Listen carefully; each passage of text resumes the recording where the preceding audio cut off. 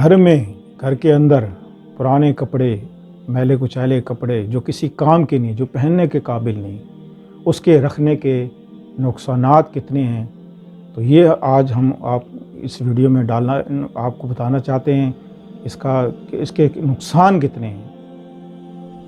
कि घर में अगर पुराने कपड़े हों और मौजूद हों, गई गठरी में बांध के रखे हुए लोग रख देते हैं, तो उसके नुकसान कितने हैं, इसके लिए हमने एक ख़ास वीडियो तैयार की है जो आपके लिए पेश करता हूँ। अस्सलाम वालेकुम वरहमतुल्लाहि वबरकातुहू।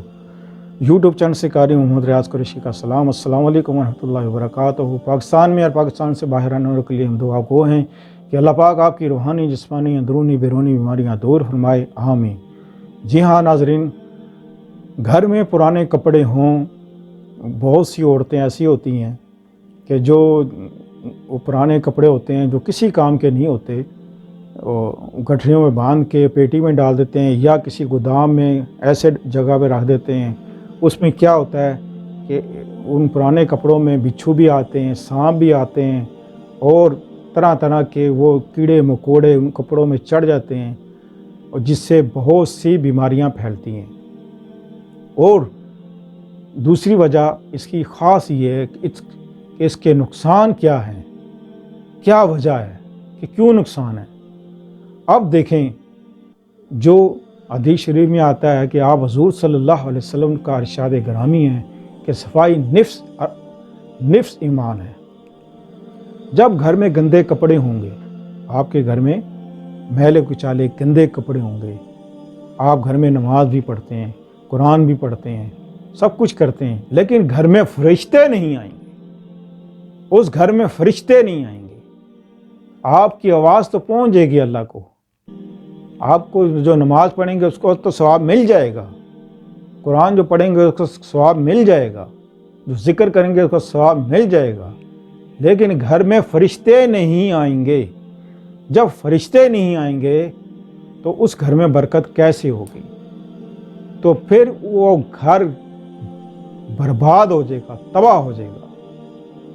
तो कबल इसके, अगर आपके घर में अभी भी कोई कपड़े ऐसे हैं जो गंदे कपड़े हैं, ख़राब कपड़े हैं, पहनने के काबिल नहीं हैं, तो फ़ौरन उसको बाहर निकालें और उसको आग लगा दें या फेंक दें उसको। अब देखें, इंसान कपड़े के गंदे होते हैं तो क्या करता है कि उसको उतारता है, दूसरे नए कपड़े पहनता है, उसमें नमाज पढ़ता है, फिर उसको धो देता है। इस तरह ये सफाई होती है, सफाई होती रहती है, जो चलते रहते हैं।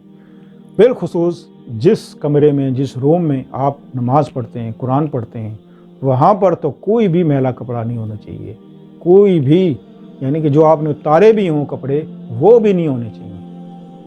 वो उससे भी फरिश्ते नहीं आएंगे। और फरिश्ते कहाँ आके बैठेंगे? गंदगी पे, जहाँ गंदे कपड़े पड़े हों वहाँ आके बैठेंगे फरिश्ते। फरिश्तों के लिए जगह बनाओ।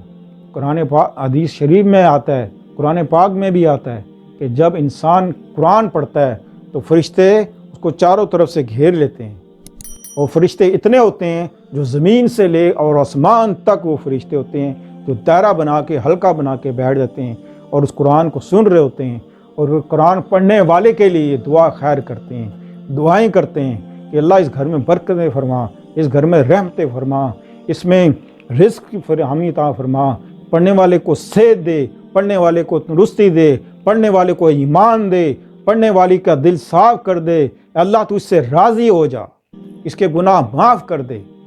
ये वो फरिश्ते वो कहते हैं। जब फरिश्ते ही नहीं आएंगे तो फिर आपको ये सब कुछ मुयस्सर नहीं होगा, सब कुछ नहीं मिलेगा, सिर्फ सवाब ही मिलेगा। तो जितने भी कपड़े हैं आपके, इसी वक्त उठाएं और बाहर फेंक दें। मिलते हैं अगले प्रोग्राम में। अस्सलाम वालेकुम व रहमतुल्लाहि व बरकातुहू।